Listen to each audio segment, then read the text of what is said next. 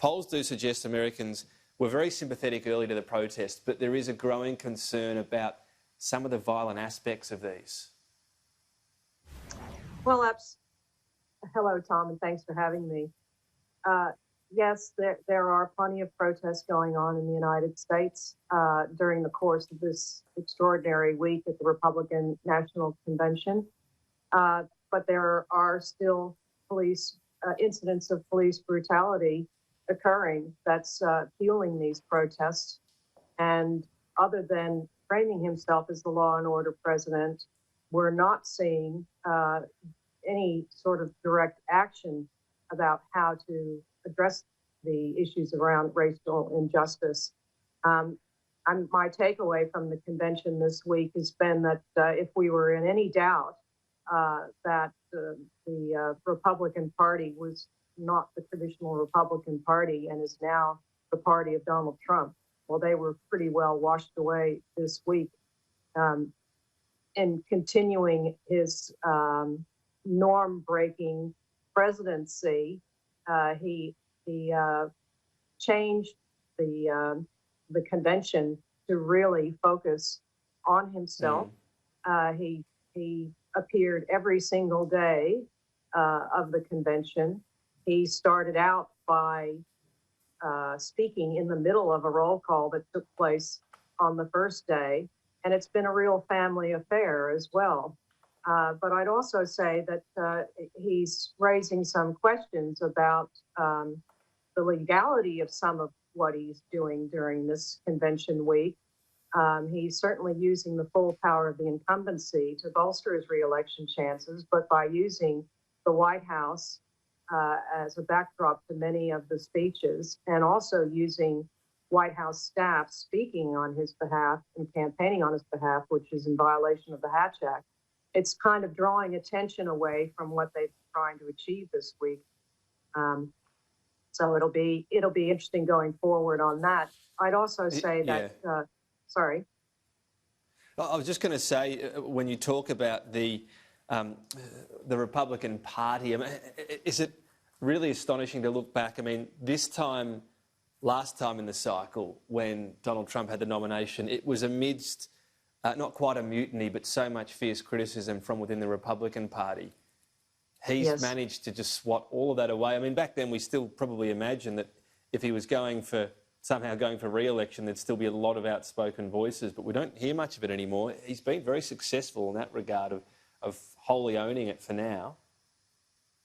Yes, but I'd also have to say that some of the silence is deafening. Look who wasn't here at the convention. Some of the more traditional Republicans and some of the presidential hopefuls, such as Senator Ted Cruz and Marco Rubio or Mitt Romney. And we're seeing more and more alumni of Republican leaders, such as George W. Bush or John McCain, the late John McCain, announcing that they're forming groups to actually support Joe Biden. This is unprecedented. Now, of course, the Republican Party has been a fractured party for a few decades, and that's what's brought along the election of Donald Trump. So have the Democrats, of course.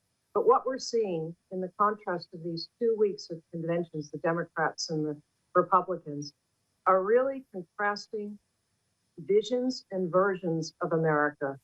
There is a split screen image, as people are saying, going on with what's happening in the streets, with what's happening with the health pandemic, with what is happening with climate change and Category 5 hurricanes hitting the Gulf Coast. And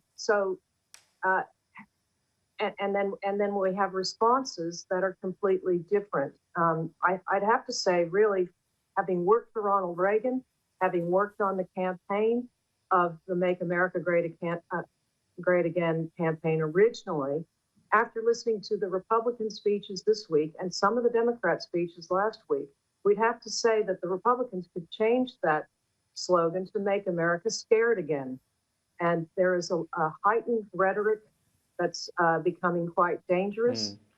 And I'll just jump in there because we're running a bit short on time. So how does Biden counteract that, though? Because this might be powerful right now, given some of the street scenes for some people. He's got a tricky line. He really wants to make sure he has support and voter turnout from the black community, and you mentioned some of the horrific police shootings there, but he also has to talk about stopping this violence. Now, of course, you can support peaceful protests. I get that, without, having to support some of the mob rule out there. But nuance is pretty hard in US politics right now.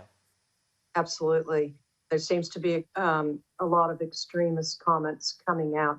But let's remember, it's important for Joe Biden to speak up, and I think he's put out a statement today calling for calm and supporting peaceful protests, not violent protests. Kamala Harris has done the same thing. But let's remember, this is happening while Donald Trump is president. Joe Biden is not president. So really it's up to President Trump to lower the rhetoric and calm things down. I don't hear that happening. And in fact, Kellyanne Conway was reportedly quoted as saying in a White House event today or yesterday that as long as the violence is continuing, it will help the president's reelection efforts, because he is casting himself as a law and order president, and that the Democrats will create chaos if they're elected. So we have to hope that he will, make an attempt to calm things down. All right.